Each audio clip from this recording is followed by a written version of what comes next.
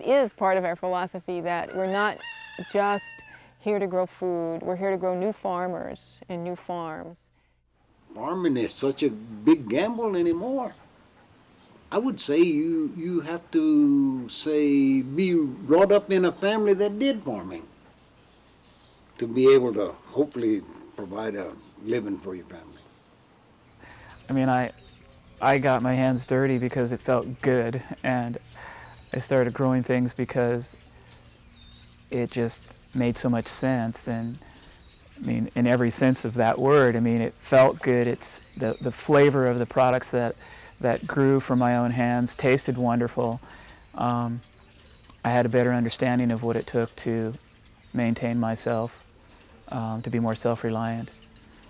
We get up, we have to be here at 8 o'clock on Saturday mornings, and we harvest all the really leafy green vegetables first before the sun comes and heats up the leaves, because that's the way they like it. And then we have some bathtubs on stilts that we use to wash all the vegetables, and then we put them in the farm stand and we make them look pretty, and people come and they sell like crazy. Producing your own food is so much better because it has so many less steps. Like, I mean, if you look at the food that's grown in the stores and you think, how many steps has this gone through?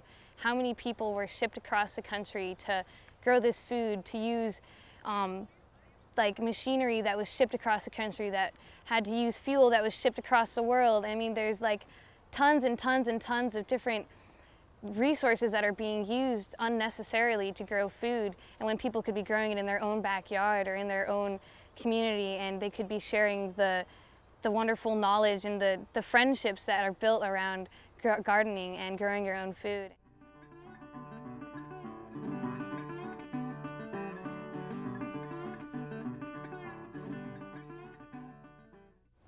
Well, when I first got to California and I first arrived in Santa Cruz, it was like a complete culture shock to me. The first thing I noticed is that all the young people my age, in their 20s and early 30s, were really interested in farming. And I met some really wonderful young people who were farming, and they were having so much fun, and they were successful, and they had small farms. They didn't live on huge 1,000, 2,000 acre farms that you usually think of when you think of a successful, viable farm. They were farming 10 to 20 acres. And they were providing food for people in the city, food for the people in their communities, and it was all organic and fresh. And they were really excited about it. And their farms were gorgeous and beautiful, and they had all kinds of things growing, not just corn and not just beans. And they were making money from it. And they weren't getting rich, obviously, but their quality of life was just so much greater than a lot of the farms that I saw where I lived. So I thought, well, I might look at farming again and maybe try to see what I can do with agriculture as a career.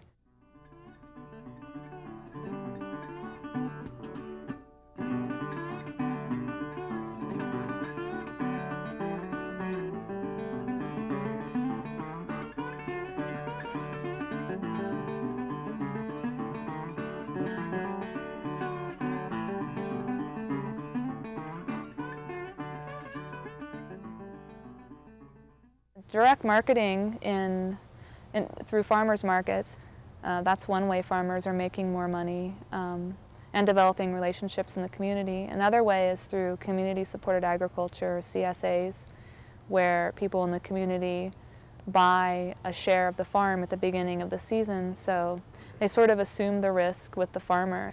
They pay the farmer up front, and then the farmer has that money at the beginning of the season when it's actually much better for the farmer to have the money anyway. I think that there's agricultural opportunities not just in the countryside also, but in the city as well. There's organizing communities around farmers, and that's a whole side of agriculture that I don't think we've yet tapped, is coming at agriculture from the other side, from the consumer. And what can you do as an average consumer who maybe doesn't want to farm ever? How can you support farmers and support that kind of culture that's historically such a huge part of America? There is a whole thriving food system that has many different facets that people need to get involved with.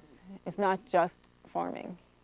There's tons of things that people who live in urban areas can do to get connected with the farms that they need. They need to have those farms so that they can take their kids or go visit a place where there's farms, a working landscape, a place where you can say, there's work going on, but there's also wildlife and nature.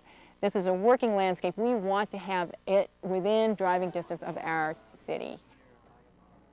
People in cities desperately need farmers because they need that connection to their food and to nature and that groundedness and that understanding of where their food comes from.